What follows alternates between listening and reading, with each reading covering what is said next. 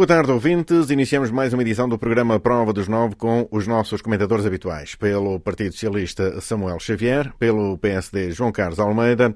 Hoje não podemos contar com a participação de Marcos Santos, do Partido Chega, por motivos profissionais, não nos pode acompanhar nesta edição. Então, desde a madrugada do passado dia 28 de janeiro, o Conselho e também toda esta região foram arrasados por uma tempestade que destruiu tudo o que encontrou no seu caminho. Samuel, esta depressão veio mostrar a nossa fragilidade face a condições adversas. Então, boa tarde a todos. Quero cumprimentar a Rádio Condestável, o João Carlos Almeida e todo o nosso auditório. Sim, esta temporada de mau tempo, que começou com uma grande tempestade e que foi seguida por várias e que parece que não dá tréguas. Toda esta temporada de mau tempo deixou a descoberto muitas fragilidades que nós temos. Em primeiro lugar, a fragilidade, diria eu, de nós próprios. Nós próprios parece que coletivamente e individualmente ainda não nos inteiramos destas situações. Muita gente ainda não tem gerador, eu era um caso. Muita gente ainda não se preparou para uma eventual falha de energia, para uma eventual falha de serviços, e isso é muito relevante, porque muitas partes do mundo já vivem com estas situações muito regularmente e têm já incorporado na sua mente a possibilidade anual de terem estes eventos.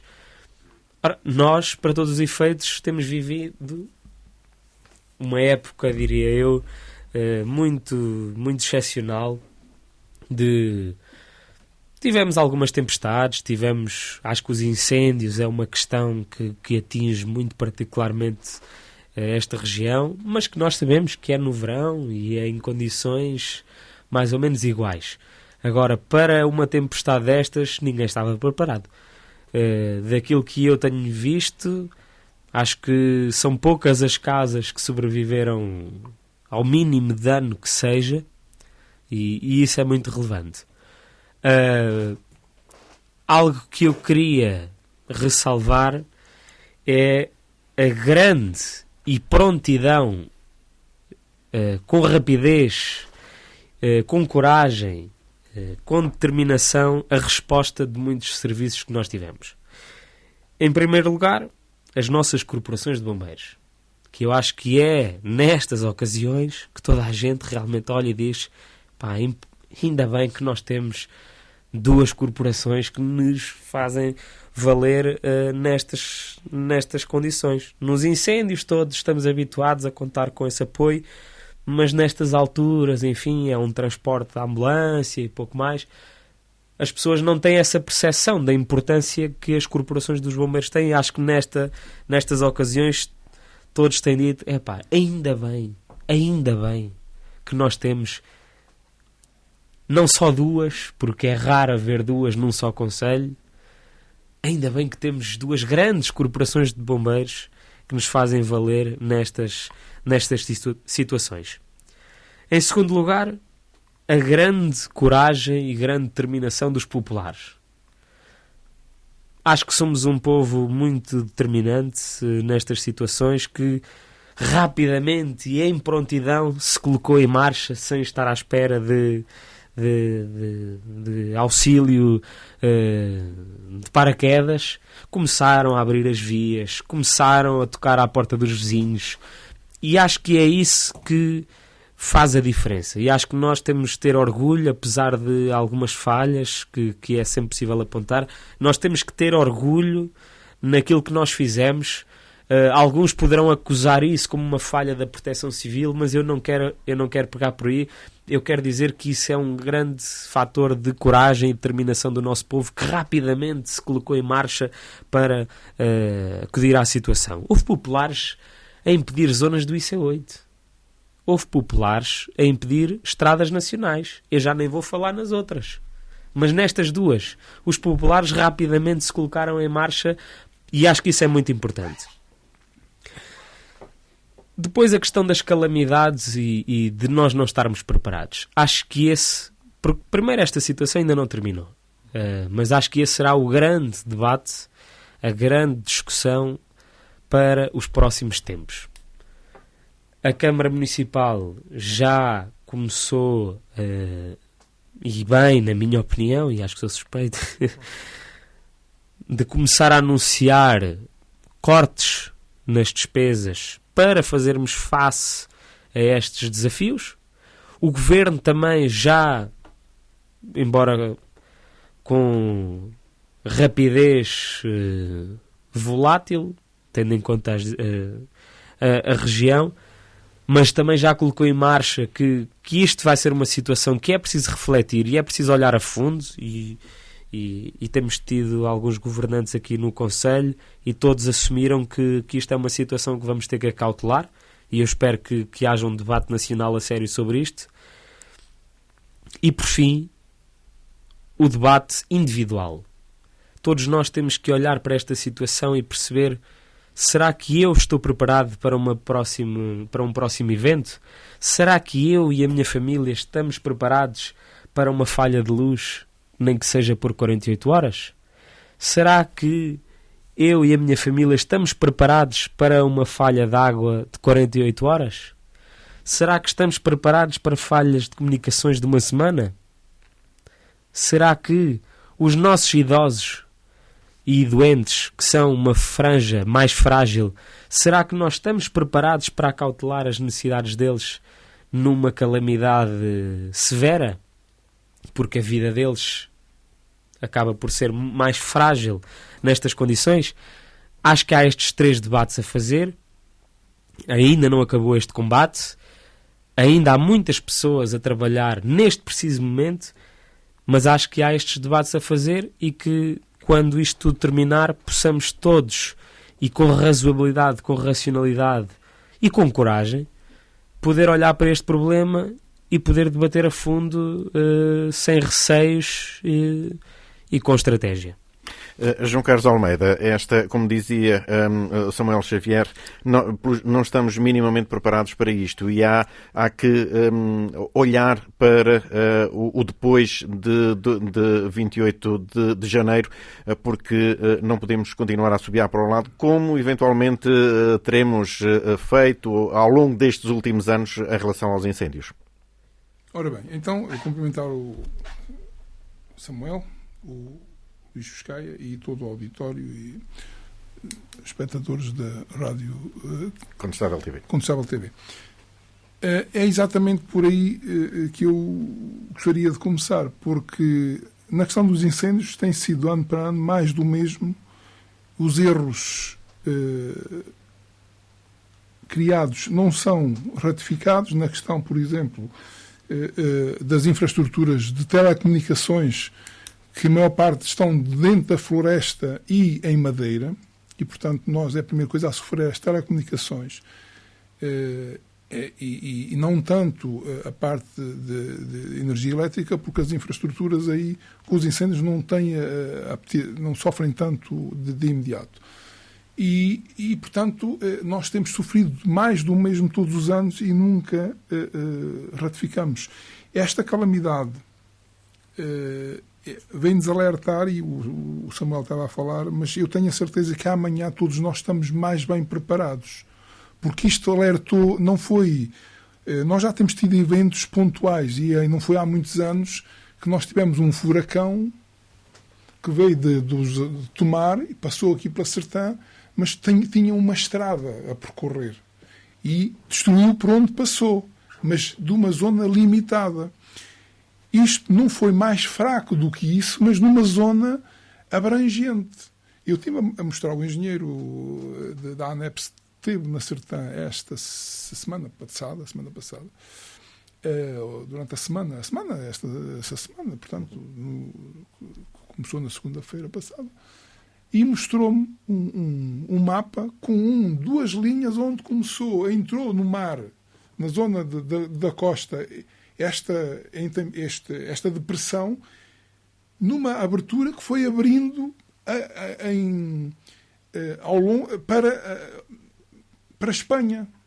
E, portanto, foi abrindo e foi aumentando a destruição por onde passava. Portanto, não foi um caminho, foi uma área que apanhou, no fundo, mais, porque também uma zona mais próxima da costa foi Leiria, Marinha Grande, Coimbra, Castelo Branco, porque depois da zona de Castelo Branco para cima, para o lado do Fundão, já não se passou nada.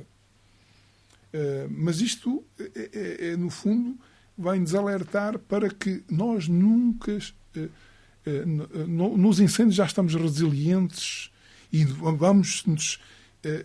temos estado a mentalizar que as alterações climáticas é isto mesmo e que os incêndios vão ser mais e maiores. E cada vez se gasta mais dinheiro em meios. E depois é um negócio tudo à volta disto também. Que interessa a muitas e muitas empresas.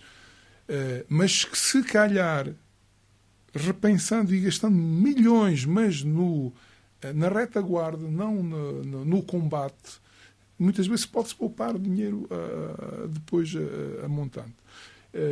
E nós temos que aprender com isto, e não temos aprendido. Mas esta situação afeta-nos mais do que os próprios incêndios. Afetou. Não houve uma família, num distrito ou num concelho que não tenha sofrido qualquer coisa. E a questão da energia, da falta dela, de facto, é gritante, porque as pessoas têm as arcas cheias, vai-se estragar tudo, não têm geradores. Quando querem gerador, não há geradores, porque as pessoas então abriram os olhos que precisam de um gerador. Mas depois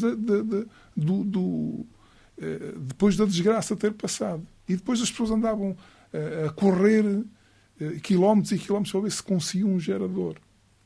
Aliás, nós tínhamos um gerador em casa que íamos repartindo por vizinhos aos poucos, às horas, aqui, horas além, para salvar, de facto, as coisas que tinham em casa, porque não havia mais geradores.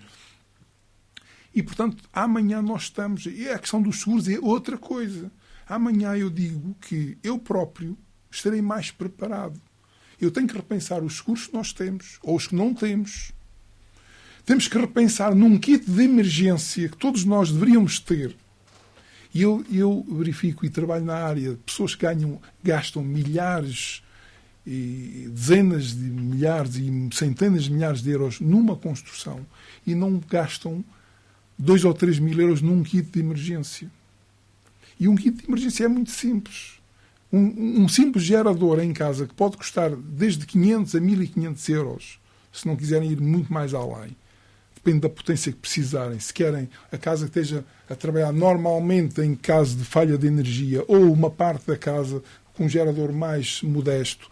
Mas um kit de emergência dos mínimos que nós possamos ter. E para dizer que não é a primeira vez que nós ficamos sem energia durante mais de uma semana. Isso aconteceu na altura deste tufão, deste furacão que passou por aqui.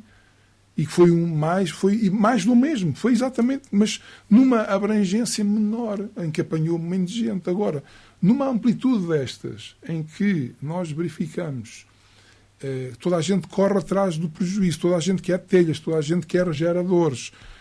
Muitas vezes as próprias empresas que fornecem este tipo de equipamento também sofreram danos e estão ainda a tentar recuperar. E, portanto, nós nunca estamos preparados para isto. Nem a nível local, nem a nível nacional.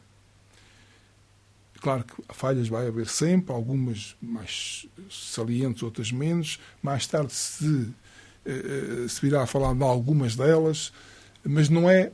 Nós ainda estamos no terreno, nesta altura, toda a gente está a fazer o que pode para que as coisas corram da melhor forma, que a melhor forma é remediar aquilo que é mais urgente. E, neste momento, nós podemos dizer que estamos muito longe de estar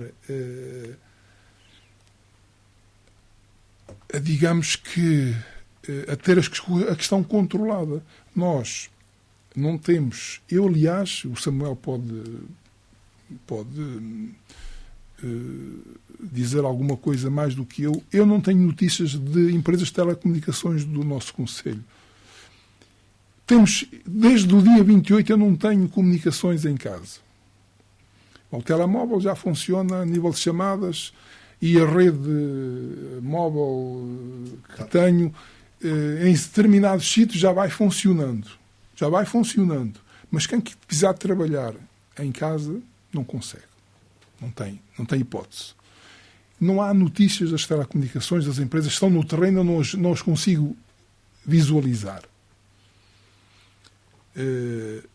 Essa, aliás, tem sido a queixa recorrente sempre no final dos briefings, quando falamos com o Presidente da Câmara, tem sido esse muro de silêncio. Exatamente. Sei que houve um briefing nos bombeiros, onde costuma acontecer. Estava o Ministro Miguel Pinto Luz. Foi dito por alguém que não há comunicações, não há notícias das empresas de telecomunicações, que o Ministro das Infraestruturas, Miguel Pinto Luz, virou para, digamos que as pessoas, uma pessoa que vem de apoio, e se faz favor de telefonar às empresas de telecomunicações para hoje ainda ligar para o Presidente da Câmara da Sertã. E, pelos vistos, acho que duas das empresas acho que ligaram. Não sei se o Samuel pode ou não pode atestar esta notícia, mas isso, daquela que eu faço parte, que é a Mel, essa nem ligou. E, portanto, mas soube ligar para casa não, para o meu telemóvel, porque na casa não há telefone, no caso do meu pai, para renovar a assinatura, porque no dia seguinte iria ter as telecomunicações repostas. Portanto, isto foi a semana passada, não é? Portanto, até agora ainda não temos. Portanto, isto é a parte negativa, que eu não sei se ano ou não ano nós não temos notícias, não temos comunicações, nem temos notícias. Da redes, ainda vamos tendo notícias que há. Já são mais 40 mil sem eletricidade e muitas dessas pessoas vão ainda estar muitos dias sem eletricidade porque estão a repor a média ou a alta, ou neste caso a média tensão, e muitas infraestruturas de baixa estão completamente destruídas e nem sequer lhe mexeram. O que acontece é que colocam geradores nos PTs que servem a população, mas há pessoas da mesma população que não chega lá a energia. Porquê? Porque a baixa está interrompida e ninguém está a executar na baixa porque estão a dar prioridade na alta. Para dizer também que as pessoas que andam no terreno, seja de redes direta ou de subempreiteiros que trabalham com redes, têm todo o mérito, porque o tempo não deu tréguas. Isto até me arrepio. E as pessoas têm que trabalhar. É que nós não tivemos um dia sem chuva e sem vento. E as pessoas andam no terreno. Mas não é por causa disto que eu tenho uma coisa, para mim, a pior empresa que nós temos no país é a Redes, na minha opinião pessoal. Porque no dia a dia a Redes não funciona bem e tem um monopólio. Nós não temos alternativa. Se agora tem milhares de pessoas no terreno, são suficientes, não são suficientes, eu não sei. A Redes ganha milhões de euros todos os anos e tem a obrigação de fazer mais. No dia a dia nós precisamos, e com esta questão de o simplex da construção, fazer mais casas e haver um programa para simplificar tudo e mais alguma coisa relativamente à construção, nós chegamos a Redes, precisamos de uma baixada para obras e a obra está em andamento, muitas vezes quase concluída, e não temos uma baixada. E porquê é que será? Se o posto está junto da propriedade, porquê é que a baixada não vem? Vou-vos dar um exemplo. O lar do Castelo, em construção, ainda não tem uma baixada elétrica. Acham normal? Eu não acho normal. Se em termos normais, no dia-a-dia, funciona assim, numa emergência destas, dificilmente eles vão funcionar bem. No entanto, os meios devem estar todos no terreno e eu dou os meus parabéns e a toda a gente que anda no terreno a fazer o que pode. Não pode é fazer mais. E, portanto, tenho muito mais a dizer sobre isto, mas, de facto, nós temos que criticar aquilo que é criticável, mesmo ainda estando no terreno. Mas, de facto, estas duas situações de telecomunicações é de lamentar. E, em termos de redes, claro, nunca estamos preparados, mas a redes também vai se ter que preparar no futuro para que isto seja minimizado. Todos nós temos que nos preparar a nível de construção, mas também as fragilidades que temos no concelho. Há agregados familiares que a construção é, digamos, mais frágil e que sofrem mais com isto. E, portanto, esta questão de darmos prioridades e, digamos, que anularmos de alguns eventos para que possamos acudir a quem necessite mais durante este ano que está a começar, de facto, como todos nós estamos a ver, acho que é muito positivo. Agora também temos que rever, se calhar, também outras prioridades, não só aquelas que foram enumeradas. E isso vamos ter que falar mais tarde. Samuel, esta questão das comunicações, de facto, tem sido o grande calcanhar daqueles, perceber o que é que as empresas estão a fazer no terreno ou não estão. Sim, as telecomunicações são um debate também muito profundo. Eu acredito que muita gente ainda não compreenda, nem queira compreender a questão das telecomunicações, porque ainda há algumas centenas de pessoas sem eletricidade neste preciso momento. E, portanto, a essas pessoas eu consigo perceber que a conversa das telecomunicações não seja uma prioridade e percebo o porquê. Agora, de facto, as telecomunicações, nós temos que perceber que este território, como o João Carlos Almeida estava a dizer, e eu concordo em quase tudo o que disse, este território anualmente está a lidar com problemas nas telecomunicações. Anualmente. Porque este ano foi o inverno, mas se for preciso no verão vamos ter a mesma coisa. Vamos ter a mesma coisa. E o ano a seguir e o outro ano a seguir vai ser sempre assim. E para cobrar, essas empresas não se esquivam. Em 2017, eu recordo-me que a Mel, sobretudo, agora já há mais operadoras, felizmente, mas a Mel, sobretudo, quis cobrar largos meses de utilização de serviços em que as pessoas não estiveram. Largos meses. Agora, o Sr. Ministro pediu à ANACOM para as operadoras contactarem o município. Bom, eu não gostaria muito de falar de questões em concreto, até porque estive envolvido em muitas delas, mas de facto a Mel, para mim, é uma questão que é incompreensível. É incompreensível. Como é que a maior operadora, a operadora que mais domina este território, não dá sequer conhecimento, não diz o que é que está a fazer? O Presidente, e eu aqui utilizo informação que é pública, o Presidente tem dito que é a redes, para o mal e para o bem, nós sabemos o que é que está a fazer. Nós sabemos quantos homens estão no terreno, em que sítio é que andam, quais são as prioridades, conseguimos falar com os gestores locais, com as equipas, com os administradores, com o Presidente da redes, com toda a gente, nós conseguimos perceber e, como o Presidente disse, dar as melhores condições à redes. O Presidente disse que há uma equipa de mais de 2 dezenas de funcionários do município que está em permanência com as redes para facilitar as suas operações, para dar mais rapidez ao processo. Das operadoras, nada. Nada. O que as operadoras poderiam dizer é assim: este é o nosso plano de ação. Isto são as nossas dificuldades. Para as autarquias, não só a nossa, todas as autarquias, porque foram muitas afetadas, poderem contribuir para a função delas, contribuir e dar mais agilidade, porque o que é que interessa aqui? É o serviço às pessoas. As pessoas não lhes interessa se é a operadora A ou se é a operadora B. É as pessoas não terem sequer acesso a um pequeno telefonema. Isto é uma realidade terceiro-mundista. Terceiro-mundista. Nós estarmos num país como Portugal e estarmos semanas sem conseguir fazer um pequeno telefonema.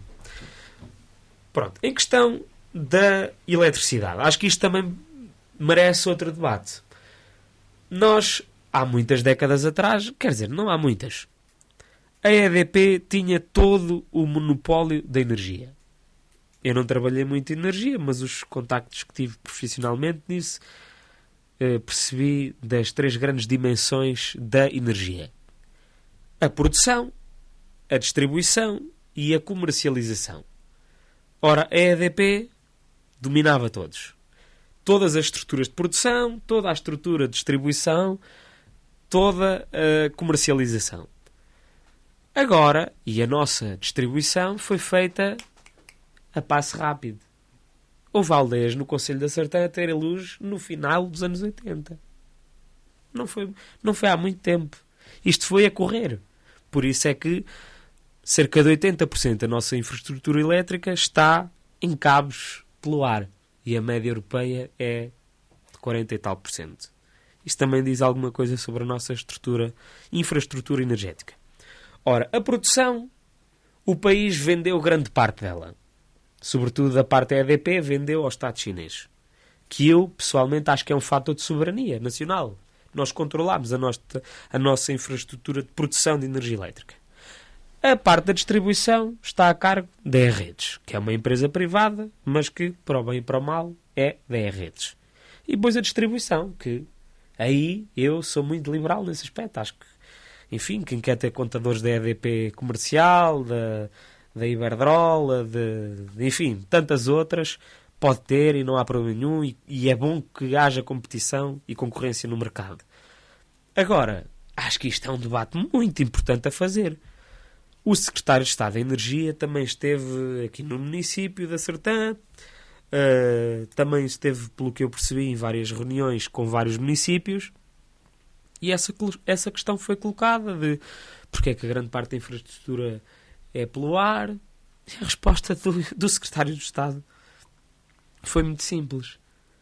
Vocês estão preparados para pagar essa fatura de energia? De enterrar os cabos elétricos?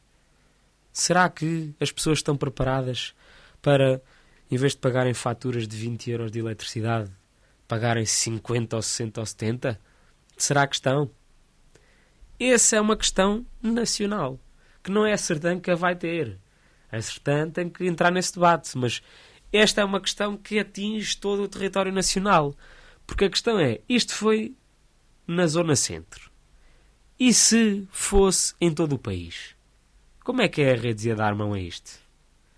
Como é que o país ia estar preparado? Não conseguia estar preparado. Íamos ter muitas vítimas mortais, infelizmente. Porque, como começámos esta discussão, o país não está preparado. Para mim, eu começo também esta questão da preparação com o seguinte. Para mim é inadmissível que IPSS, cujas vidas de dezenas de idosos estão à sua responsabilidade, não tenham um gerador. Ou pelo menos dar a conhecer ao cliente, à família, dizer assim, olha, nós não temos um gerador elétrico. Em caso de emergência, pode ter que vir cá socorrer-nos porque nós não temos condições. E isso deve ser algo que deve ser comunicado. Dizer assim, o nosso lar tem um gerador. Mal falha a energia, isto começa a funcionar. Ou, por acaso temos aqui alguma fragilidade e sobretudo em casos mais concretos, muitos serviços públicos não têm gerador. Muitos setores de aquelas comunicações de emergência são a bateria, são a energia elétrica. Então falha a bateria, não há a bateria, acaba a bateria, como é que se carrega? Se não houver gerador. Esse é um debate nacional que nós temos que começar a ter. Porque isto vai acontecer mais vezes. Os incêndios são apenas uma espuma desta camada, mas isto vai acontecer mais vezes. Aquele furacão foi um exemplo, esta tempestade é outro e mais vão surgir. E nós fomos os afetados desta vez. Mas eu faço uma questão, por exemplo, nos últimos meses em Lisboa tem estado uma tranquilidade absurda. Lisboa não está preparado para absolutamente nada. Para uma tempestade deste género, para uma pequena cheia, para um pequeno sismo, não está preparado. E aí, todos os meios, todos, e eu aqui também coloco o governo um bocadinho no cheque, todos os meios vão ser acionados. Bom, nós passámos aqui um bocadinho despercebidos, felizmente que tivemos aqui alguns meios locais e regionais para nos acudir, mas esta é uma questão que nós vamos ter que começar a ter a sério. As telecomunicações é uma componente muito importante Felizmente as cidades estão mais bem provenidas nesse aspecto. Nós, todos os anos, sofremos do mesmo. João Carlos Almeida, e esta questão de enterrar ou não enterrar as comunicações, que, por exemplo, eu ouvia falar, por exemplo, na Finlândia, que tem tudo, mas porque tem neve quase todo o ano e saiu-lhes do bolso para fazer essa infraestrutura. Nós não temos bolsos já para mais esta despesa. Ora bem, eu referi isso já há um bocadinho. Pronto, temos repensado de facto essa situação. Mas o Samuel estava a dizer, e a fatura energética que nós temos que pagar, porque alguém tem que pagar. As empresas de telecomunicações e outras estão para ganhar dinheiro, não estão para fazer favores, a não ser que seja o Estado a suportar. E não estou a ver também... E o Estado somos todos nós. O Estado somos todos nós. Mas eu, no âmbito dessa solução, eu penso e ligo isto, faço digamos que uma comparação ao saneamento básico. Nós, na sede do Conselho e nas freguesias, e algumas freguesias, temos saneamento básico. Mas nas aldeias dispersas que nós temos por aí, não temos saneamento básico. Temos água, temos energia elétrica à porta. Foi uma conquista ao longo dos anos termos energia elétrica, como falou o Samuel. Eu ainda me lembro de estar em casa para ter uma televisãozita à bateria, que era já um acontecimento, não é? A bateria de carro. E, portanto, quando veio a energia elétrica, foi, de facto, um avanço extraordinário. A água canalizada em todo o concelho, praticamente, não há, se calhar, ou haverá poucas casas que não têm canalização próxima, ou se não têm, é porque muitos até digamos que por opinião própria não querem, porque têm furo, ou têm, pronto, ainda há de facto essas soluções, essas situações. Mas o que eu penso é que os centros populacionais maiores têm que repensar, de facto, que as infraestruturas que afetam muito mais gente têm que estar mais protegidas. É evidente que se nós queremos infraestruturas e rapidamente nas zonas distantes e dispersas que nós temos, iria demorar muito tempo e ia custar muito dinheiro e, portanto, e não pode ser as pessoas daquela aldeia a pagar a fatura, tinha que ser distribuído pelo Estado e por todos nós contribuintes. É a mesma coisa que os transportes. Tem Lisboa, tem todos os transportes, tem barco, tem comboio, tem um passo único que dão para todos e nós aqui pagamos os impostos que eles pagam, mas nós não temos direito a esses transportes, não é? Mas é questão de pensar as infraestruturas, porque nós passamos em zonas de cidades, parece um arraial. Postes, fios por todo o lado, agarrados aos postes, agarrados aos edifícios. E isso é que tem que começar por aí. Agora, não vamos querer que as infraestruturas, digamos que de eletricidade e de telecomunicações, cheguem às aldeias todas por via subterrânea, porque isso vai demorar a ser uma realidade, vai demorar décadas. Portanto, como nós sabemos, quando se renova uma via na Sertã, as infraestruturas são todas renovadas. E, de facto, muitas delas, de telecomunicações e tudo, são enterradas. Mas é uma artéria em particular. E quanto é que custa essa artéria? É muito, muito dinheiro. E são suportados por quem? Muitas vezes pela candidatura que a Câmara fez e que, no caso agora da Rua A, por exemplo, que está em execução, e outras que foram feitas na Rua Gonçalo Rodrigues Caldeira, por exemplo. Pronto, são renovações que são feitas e se aproveita porque se vai demolir aquilo praticamente tudo para se repor. E, ao mesmo tempo, uma bola que se faz, onde passa um tubo, passam mais 2 ou 3, como se costuma dizer. Pronto. Isso, de facto, tem que ser repensado, mas, digamos que como se falou aqui, de Lisboa, Porto, Coimbra, todas as cidades, e depois as vilas, e depois, então, infelizmente, as aldeias, porque nós já nos habituámos a ser resilientes. O interior sofre por tudo e por nada. E, a nível de telecomunicações, somos os primeiros a sofrer. Nós queremos qualidade de vida, e temos qualidade de vida que não temos muitas vezes nas cidades por causa do stress das viagens que nós aqui, eu já disse isto muitas vezes, quando levava os filhos à escola, tinha 10 km para percorrer, ou 13, sabia que demorava 10 minutos. Em Lisboa eu tenho uma certa dificuldade ou seja, não é cumprir timings, é ter que ir muito mais cedo para cumprir o time, que eu nunca sei quanto tempo é que vou demorar a fazer os tais 10 ou 15 km às vezes. Depende das horas também. E, portanto, isto tem que ser repensado. Temos que começar, de facto, e como disse o Samuel, e eu disse há bocadinho, gasta-se milhares de euros numa casa e não se põe um kit. É inconcebível que uma IPSS não tenha um gerador capaz, com a potência suficiente, e devia ser obrigatório, porque a segurança social, e eu já fiz alguns projetos de lares, que sei quais são as exigências da segurança social, que é como se fosse um hotel, uma casa de banho particular para cada quarto, com dimensões adequadas e mínimas disto e daquilo, e não exige ao investidor que tenha um gerador que pode custar 5.000 euros, um gerador capaz, ou digamos que de 15.000 euros, digamos assim, para um gerador que seja um gerador desses que a gente deve distribuir aí muitos, ou que estão aí ao pé de muitos PTs. Um gerador desses pode custar 15 ou 20.000 euros. Mas num investimento de 2 milhões de euros ou 3 milhões de euros, estamos a falar de niquices. E, portanto, eu conheço e tenho clientes que têm uma quinta, tem um gerador desse género. E, portanto, não está preocupado-se. E neste momento está a acontecer. Está em casa, tem o gerador, liga ao gerador. Claro que consome um bocadinho, mas estas coisas também têm que ser pagas. Pronto. Isto, de facto, tem que ser tudo muito bem pensado. Isto, no fundo, nós, quando caímos, levantamos-nos. Quando nos levantamos, mas quando nos levantamos, saímos sempre mais fortes. Sempre ouvi falar disto. Por isso é que somos resilientes. Amanhã estamos mais fortes, de certeza, e mais bem preparados.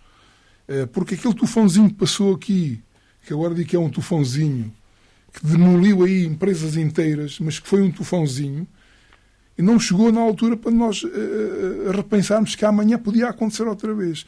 Agora, isto que aconteceu no dia 28 está a alertar que pode acontecer e pode não demorar muitos anos. E pode não ser àquela hora. E pode não ser. E outra coisa que eu queria referir. Felizmente, foi de madrugada. Porque as pessoas não tinham noção do que vinha aí e iam-se meter à estrada. Ia ser um problema muito grave. Por mim, eu posso dizer que eu, só depois de sair de casa, ter sabido que a chaminé da casa tinha caído, que eu não sabia. E dos vizinhos começarem a dizer que as estradas estavam cortadas porque havia pinheiros por todo o lado, é que eu comecei a tomar noção da realidade do que tinha acontecido durante a noite. E, portanto, se isto fosse durante o dia, eu tinha saído de casa como qualquer outro dia.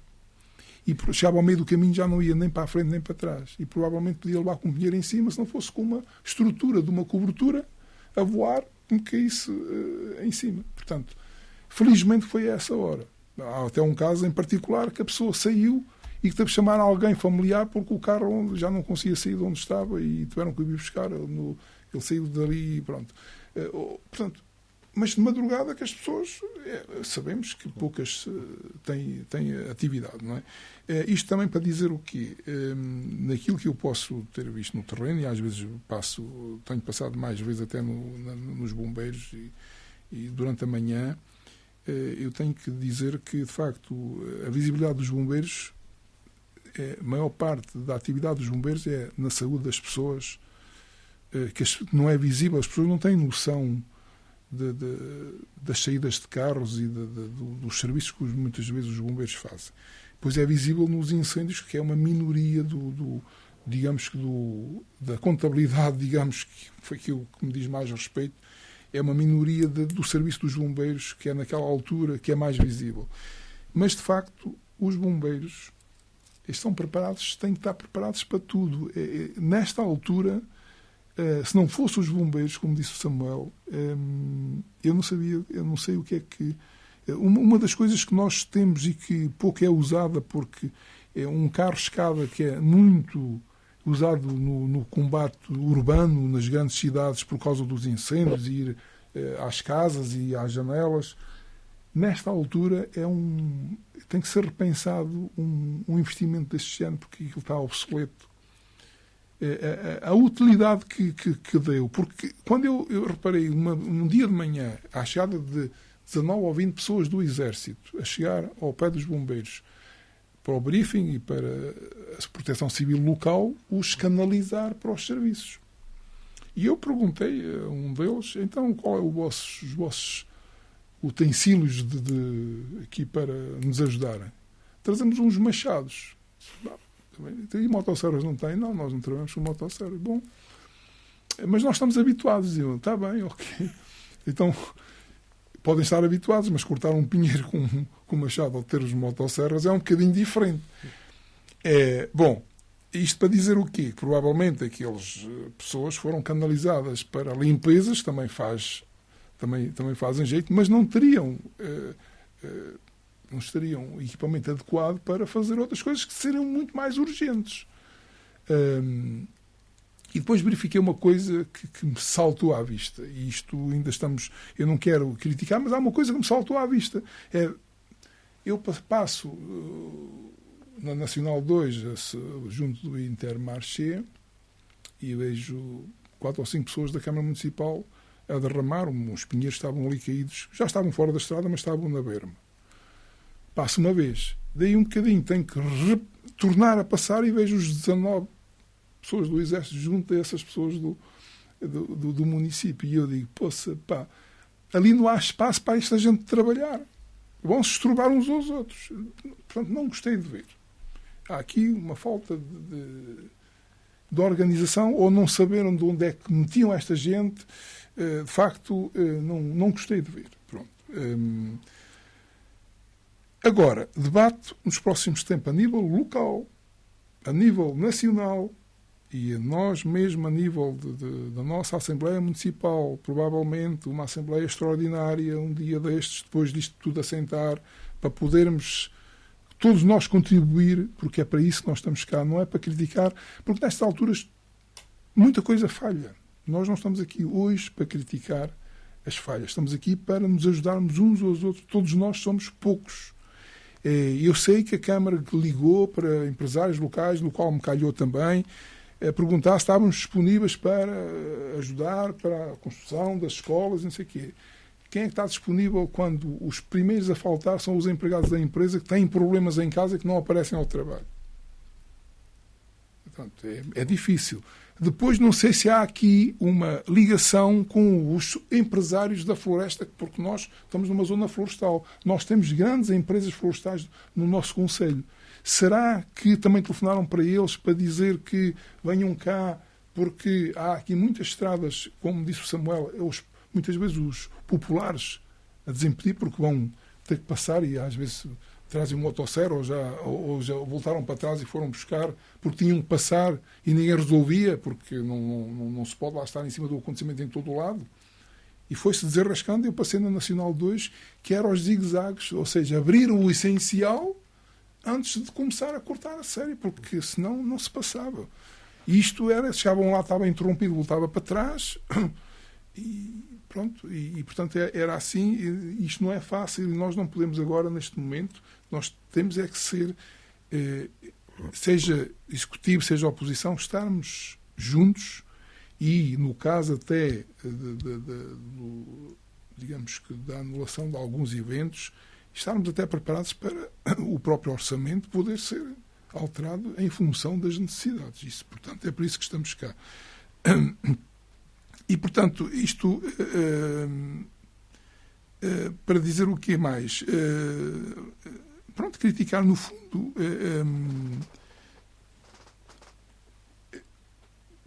digamos que pronto, isto foi vendo no terreno e dizer que pronto, nós gostamos muito de morar no interior, mas de facto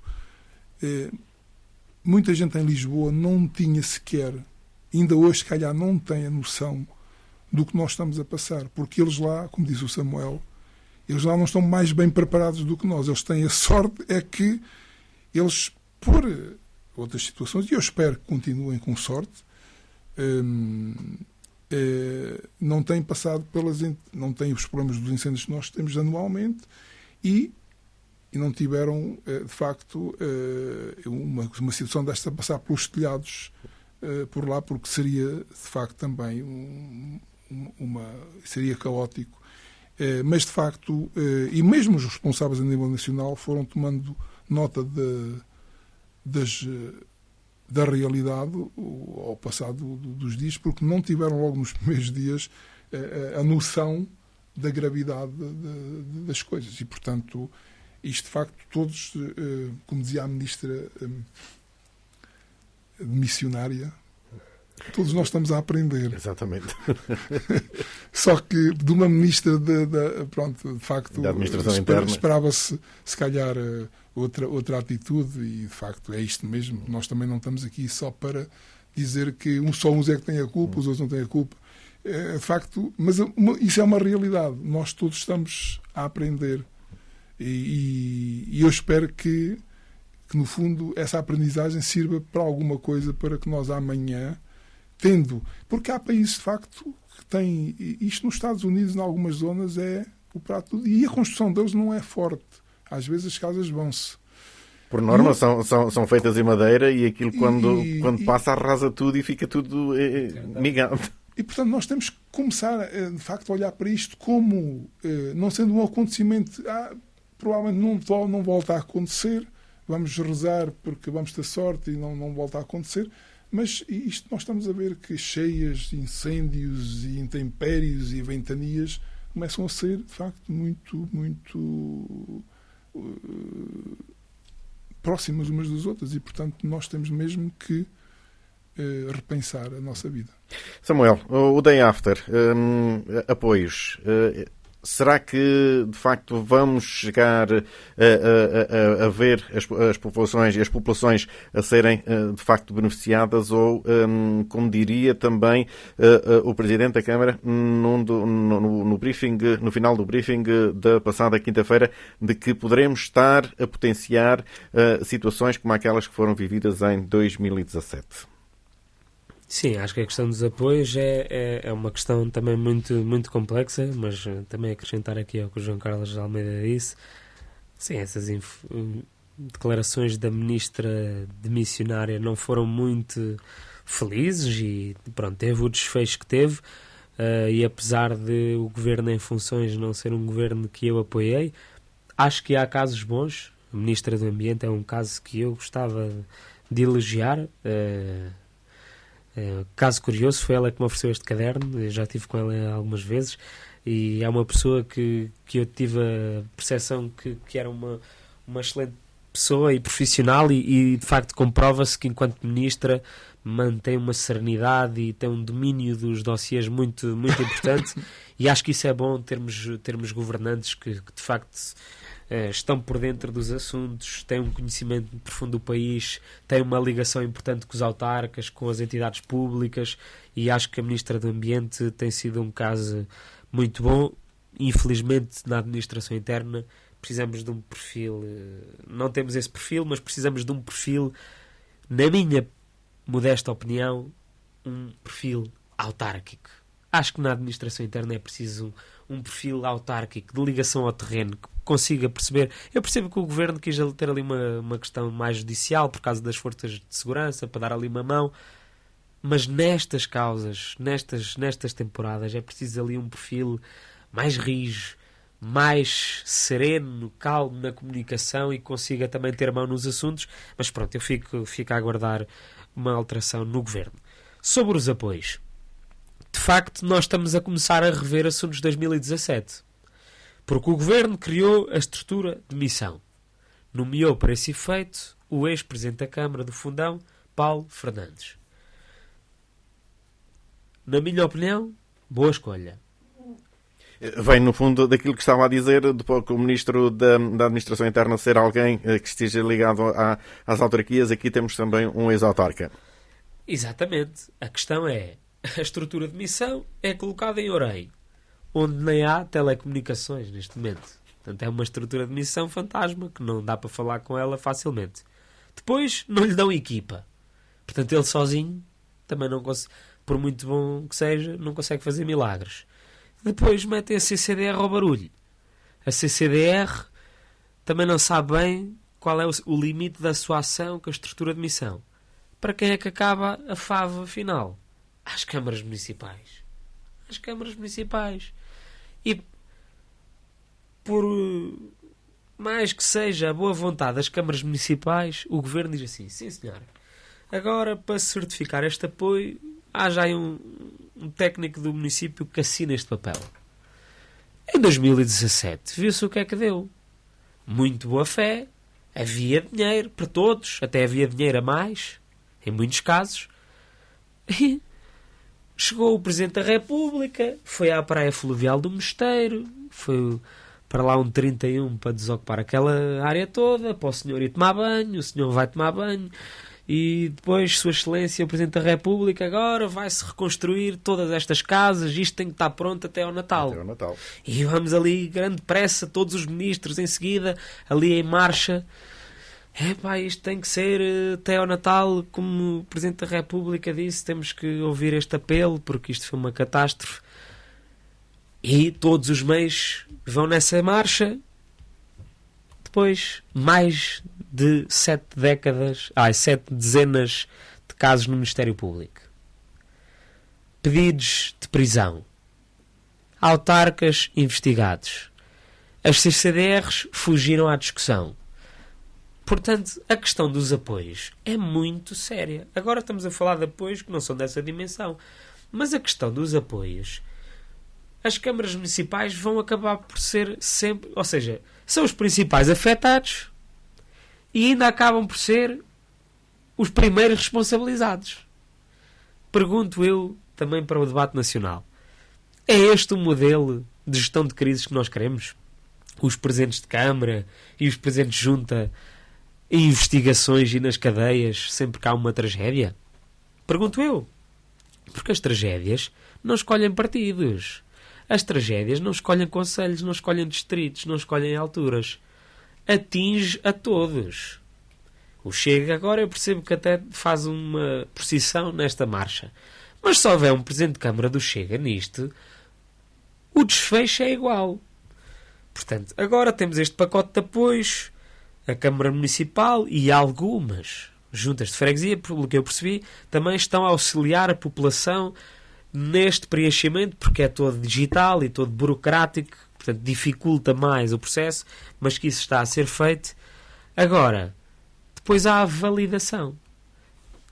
Cada catástrofe, uma estrutura de missão, uma estrutura nova, um processo novo, uns critérios diferentes, um financiamento diferente. Não será mais útil o Governo, juntas CCDRs ou de quem quer que seja, criar um processo único para as catástrofes, em que depois, consoante a catástrofe, os critérios do apoio sejam diferentes, mas que o canal seja único, que esse processo seja eficaz, que não haja depois fundos paralelos e angariações paralelas, que depois também são muito discutíveis, porque depois também a comunicação social gosta de explorar esses temas. A questão dos fundos é outro tema. As câmaras municipais, sejam quais forem e quais sejam os partidos que lá estejam, são os últimos a ser socorridos, os primeiros a ser responsabilizados.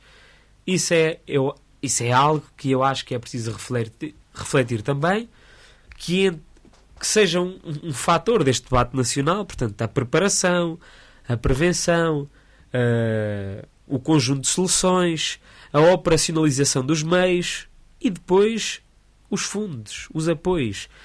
É uma parte muito importante porque, por norma, e isto custa dizer-me, por norma, quem mais precisa é sempre o último a pedir o apoio. E depois, por vezes, não lhe chega. João Carlos Almeida, experiência nesta matéria de apoios e em termos de 2017, assim, não falta?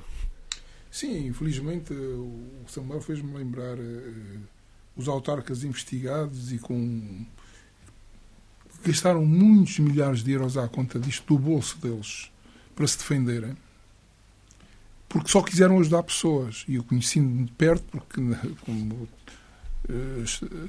como o Luís está a falar, eu vi isso de perto, até porque fiz algumas dessas casas e contactei as pessoas que estavam no terreno e verificava a boa vontade que tinham. Inclusive, ainda há aqui um dinheiro de sobra, arranjar um orçamento para arranjar a capela neste caso da adega, que até me lembro ainda da população que a casa tinha de facto ardido a parte do telhado.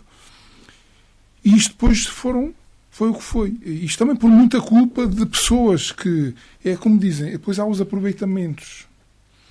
E depois as pessoas, quer dizer, apoiaram porque era uma casa que se calhar nem era bem de primeira habitação, que eu acho que... Aliás, começa logo por aí, definir bem o que é a casa permanente de habitação. Mas pronto, mas eu também defendo que na altura devia ser a primeira habitação a prioritária, mas os outros também têm o mesmo direito de ser apoiados porque investiram ali, têm a segunda habitação, mas gastaram lá o dinheiro. Não sendo a prioridade principal, primeira, mas de serem apoiados. E havia dinheiro para isso. Só que depois, isto por culpa de muita gente também, digamos que, a fazer queixas porque apoiaram aquele, não apoiaram a mim, eu também queria e não tive nada. E foi assim que começou o problema. E, de facto, depois, claro, as pessoas eram uma coisa que ninguém estava preparada como agora, e um concelho pequeno como Pedrógão grande também não estaria preparado, nem tinha equipa para tal. E, portanto, viu-se ali com um menino nos braços em que só queria, há dinheiro, vamos ajudar toda a gente que podemos. E, de facto, saiu-lhes caro. Porque, só na defesa, em tribunal, só com advogados, houve pessoas que gastaram dezenas de milhares de euros. Não estamos a falar de 2 ou 3 mil euros. Estamos a falar em 30, 40, 50 mil euros de defesa. Com estar às costas, não saber se amanhã não vai ser preso. E não vai ter ainda mais que indenizar as pessoas que... à conta de pessoas que tentaram ajudar. Portanto, isto, de facto, não vai acontecer, porque aqui o tempo de apoio são diferentes. As seguradoras que têm, a ideia é que as seguradoras sejam céleres e facilitem, e os que não são,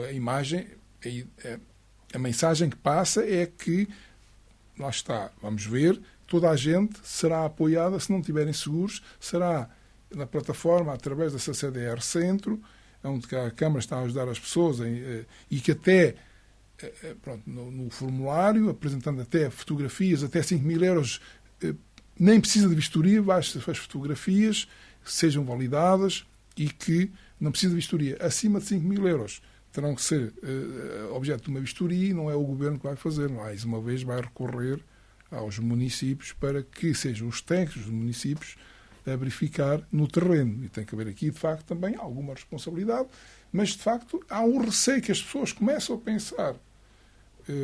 Estamos a criar aqui um género de um simplex para ajudar toda a gente e rapidamente, mas depois os técnicos envolvidos podem pensar, não vai acontecer o mesmo que aconteceu anteriormente e que eu depois mais tarde venha a sofrer as consequências. Eu penso que não será por aí, mas pronto, eu tenho esperança que de facto esta linha aberta seja de facto para ajudar as pessoas celermente, porque estão a sofrer com as consequências, e não aconteça o mesmo que foi falado em 2017. Mas, entretanto, já foi anunciado pelo Primeiro-Ministro que vem aí um PRR nacional, portanto quer dizer que vai ser aí despejado dinheiro. Mais uns milhões que eu espero que, no fundo, é como disse o Samuel, às vezes quem mais precisa são os últimos a ser, porque as pessoas que sabem lidar com as coisas rapidamente se desenrascam, como se costuma dizer. E as pessoas, às vezes, que mais necessitam e que não têm, muitas vezes, nem sequer os conhecimentos, são os últimos, às vezes. E quando a ajuda chega, e eu espero que, de facto, o levantamento que a Câmara anda a fazer também tenha a noção de que as pessoas, quando não vêm a pedir ajuda, que a ajuda chega a eles, porque têm o mesmo direito que têm os outros. Sei que o Miguel Pinto Luz disse no briefing, nas reuniões de trabalho que tiveram a fazer, pediu ao Presidente Carlos Miranda, faça o levantamento dos estragos, faça-nos chegar. E esse trabalho acho que ainda não está feito, pelo menos na totalidade. Tem que ser feito e celeramente. Por isso mesmo é que muitos serviços da Câmara estão parados à conta disto. Eu espero que esse trabalho esteja, de facto, a ser feito. Portanto, digamos que, para rematar aqui sobre a questão, estamos aqui a falar em perfil de pessoas, às vezes, dos governos, dos ministros, e há uma coisa que é uma ministra que não é do meu governo, foi uma ministra, não é do meu governo, agora é autarca, já foi presidente da CCDR Centro, e que é um exemplo como é que se deve estar à frente de uma autarquia. Eu tenho que dizer isto, porque a Ana Abrunhosa não é de... Acho mas que já foi. Já foi. Mas depois... Já foi. Por isso, Eu... como já foi, ela levou a lição estudada. Pronto, é por aí também. Mas, de facto, tem sido um exemplo a dar a cara. E se faz muito ou não, ela está rodeada das pessoas e dá a cara. E, de facto, tem marcado pontos que provavelmente muitos poucos presidentes de Câmara o têm feito. E, portanto, eu queria dizer aqui qualquer coisa que, entretanto, me passou. Mas pronto, na questão da resiliência, nós estamos numa altura em que estamos a investir em painéis fotovoltaicos, as polémicas dos painéis fotovoltaicos. Até há pouco tempo era obrigatório o projeto de gás em qualquer construção nova. Neste momento já é dispensável, porque todos nós estamos a apostar na eletricidade para tudo, inclusive para os cozinhados, as placas em casa.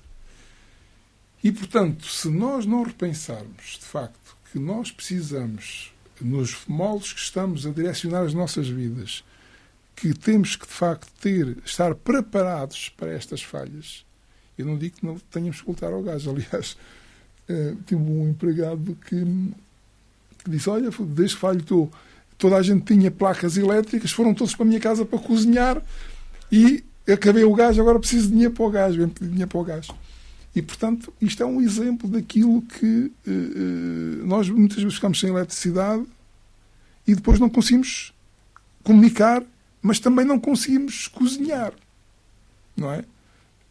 E, portanto, começa aqui a haver, de facto, aliás, as comunicações, quando houve o apagão, foi um Deus nos acuda, e foi só durante meio-dia, um dia... 10 horas. 10 horas. E foi quase o fim do mundo. Em Lisboa também. O apagão também foi em Lisboa, Porto.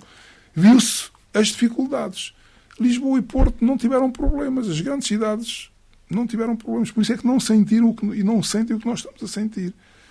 E, de facto, como dizia alguém, se fosse na casa do ministro, isto era, se fosse, como quem diz, se fosse lá em Lisboa, isto tinha-se resolvido muito mais rapidamente, porque eles vão sentir na pele. E, portanto, é isto que nós... As mudanças, sim, são positivas, mas depois nós temos que pensar nas falhas. E estas falhas fazem-nos que nós temos que, no fundo, nos adaptar para que amanhã isto possa acontecer outra vez.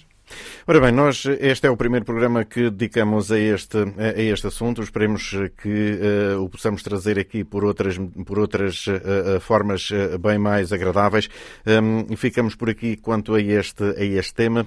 Avançávamos para as notas positivas e notas negativas, uma vez que hoje decidimos também trazer apenas este tema, porque, como vimos, dá pano para mangas e ainda estamos a sofrer. Ainda há muita gente que não tem nem comunicações, muito menos tem luz elétrica em casa e, portanto, será um assunto que eventualmente voltaremos a trazer a este espaço de debate quinzenal. Então, propunha ao Samuel Xavier que nos avançasse então com as suas notas positivas e notas negativas. Então vamos começar pelas negativas para acabarem bem. Notas negativas. Primeira nota negativa para as telecomunicações, em especial a Mel. Acho que, sendo a operadora com maior abrangência nesta região, era devida uma maior atenção, uma maior responsabilidade, um maior acompanhamento e uma maior, diria eu, solidariedade para com o que se está a passar, para dar, no mínimo, uma resposta às pessoas. Acho que isso é o mínimo que se deve numa situação como esta. Eu não digo que a Mel teria que dizer à pessoa amanhã está resolvido, mas pelo menos dar uma resposta aos órgãos autárquicos, às empresas, no mínimo. Acho que era o mínimo que se devia. Portanto, esta é a minha nota negativa. Em segundo lugar, e porque estamos a falar de toda esta calamidade, eu queria dar uma nota negativa, e aqui muito negativa, aos vídeos de aproveitamento político que são feitos nestas épocas. O especialista máximo é o André Ventura do Chega. Quer dizer, quem faz e quem é capaz, quem tem a lata de fazer um vídeo de aproveitamento político a gozar com as corporações de bombeiros, com a proteção civil, com as pessoas afetadas, que até mete chuva artificial e qualquer dia mete o brilho de Nossa Senhora porque diz que tem iluminações e mais não sei o quê.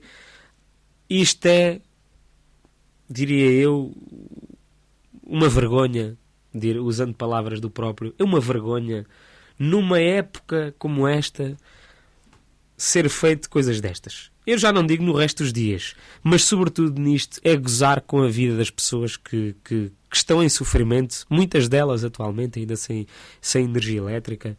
Acho que isso, apesar de tudo, há exemplos também regionais deste estilo, mas acho que para um líder que se afirma do panorama nacional, acho que isto é lamentável. Depois, as notas positivas. A primeira nota positiva, de panorama mais nacional, é a vitória de António José Seguro para Presidente da República. Vamos ter um Presidente da República muito sereno, muito responsável, muito acompanhador destas situações, que conhece Portugal profundamente, conhece o nosso interior, em especial a nossa Beira Baixa. Como já disse no programa anterior, a sua mãe era da Sertã, e acho que isto é um facto importante. O próximo Presidente da República conhece muito bem este território, e acho que isso é de salutar, sobretudo a votação expressiva que teve. E a última nota positiva é para todas as entidades que estiveram no terreno a trabalhar arduamente, sob condições muito difíceis, muitas delas em condições normais seriam ilegais, andarem em certas alturas a fazer isto, e eu posso salientar algumas e vou arriscar-me a fazê-lo. Às corporações de bombeiros, Cernaste do Bom Jardim e da Sertã, à Força Especial de Proteção Civil, à GNR, à Infraestruturas de Portugal, aos sapadores do ICNF, aos sapadores da Aproflora, aos sapadores da CIM da Beira Baixa, ao Exército Português, à Segurança Social, ao Laboratório Nacional de Engenharia Civil, a todo o Serviço Municipal de Proteção Civil, ao setor da ação social, ao setor da educação, ao setor das águas e do ambiente, o setor, enfim, todo o estaleiro esteve mobilizado fins de semana e até altas horas nestas operações.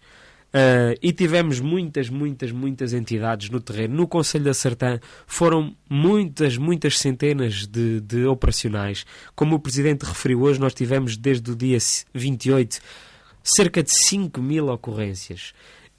E todas estas entidades, e eu provavelmente esqueci-me de alguma, mas arrisquei-me a fazê-lo, estiveram no terreno dia e noite, sem descansar, largaram as suas famílias, as suas vidas normais para andar sob condições muito adversas. E eu acho que uma palavra também aos populares que tiveram essa coragem também na primeira hora de enfrentar este problema. Sei que há muita gente descontente, admito que haja muita gente descontente e não julgo nenhum desse descontentamento, mas acho que em última instância nós temos que agradecer a todos estes operacionais. Não referi a E-Redes, mas a E-Redes é quase que obrigatória nisto, porque tem tido o sarilho maior. Todas elas têm o nosso agradecimento e acho que isso é devido em alturas como esta. Então, também notas positivas e notas negativas, João Carlos Almeida. 3 negativas, uma positiva, e de facto todas coincidem com as do Samuel, menos uma. Mas provavelmente porque não se lembrou desta, mas elas são todas muito como as telecomunicações, uma nota negativa, de facto, pelas mesmas razões que já falámos aqui. É inconcebível, de facto, esta distância das telecomunicações, porque nós somos poucos. Se fosse em Lisboa isto não acontecia. Eles tinham que dar a cara. Aqui não, porque desenrachem-se por aí, porque vocês são menores e, portanto, vão pagando a fatura, porque se nós não pagarmos amanhã, eles cortam a energia, as comunicações a seguir. As poucas que temos, não é? Porque a televisão nem vê-la. Eu não tenho televisão desde o dia 28. Portanto, também não sei, muitas vezes, as notícias só sei de manhã, quando ouço a TSF a sair de casa, que é o meu meio de comunicação fiel, que é a rádio, não é? E, portanto, essa nota negativa. Outra nota negativa é, de facto, a pessoa execrável, que é o André Ventura, que fez aquela... De facto, é preciso ter muita lata. Isto eu não consigo enfrentar isto com serenidade. É aquela triste figura de andar a apagar um incêndio no meio do tudo ardido já, para a fotografia, para o vídeo, e depois ir entregar. Aliás, o presidente de Leiria também criticou, entregar umas águazinhas, fazer um esforço enorme, quase a chorar, com um paquete de águas em cada mão, a dizer que está tudo mal, tudo mal, só ele é que fazia bem se estivesse cá. Portanto, é uma pessoa que ele deve pensar com o povo português que é todo parvo. Somos todos, pronto, já não quero falar, porque ele tem, de facto, diz-se o líder da direita, mas de facto a única coisa que ele lidera é uma claque organizada que tem lá no Parlamento. Depois, outra nota negativa é o roubo de madeira cortada. Já houve várias queixas. Pessoas com caminhões com grua a recolher madeira. E eu admiro-me como é que as pessoas não tiram matrícula destes carros. Já tivemos duas situações, uma em concreto, que levaram toda a madeira que foi cortada da propriedade, que alguém cortou porque era necessário, e depois alguém que foi recolher. E que, aliás, a última foi um presidente de junta, que alguém a telefonar um presidente de junta sabia quem é que tinha carregado a madeira numa determinada área, marmoreira comiada, por aí assim. E, portanto, é triste, de facto, que já há pessoas que se aproveitam, andar de porta em porta a dizer que são desta entidade ou da outra para tentar roubar as pessoas que já por si estão a sofrer. E, portanto, é muito triste. A última, não me adianto mais, foi o pessoal no terreno. Não vou numerar, o Samuel foi muito longo nesta e eu sublinhar o que ele disse. Só não punha a empresa E-Redes no pacote. O pessoal que trabalha para a E-Redes, sim. A empresa em si, E-Redes, não a colocava neste pacote. Mas subscrevo, de facto, a nota positiva para acabar, que é a mesma do Samuel. E assim terminamos mais uma edição do programa Prova dos 9. Marcamos encontro para daqui a 15 dias. Lembrando que o programa é repetido na próxima quarta-feira e fica também disponível no nosso canal do YouTube Incontestável TV. Para todos, continuação de uma boa tarde.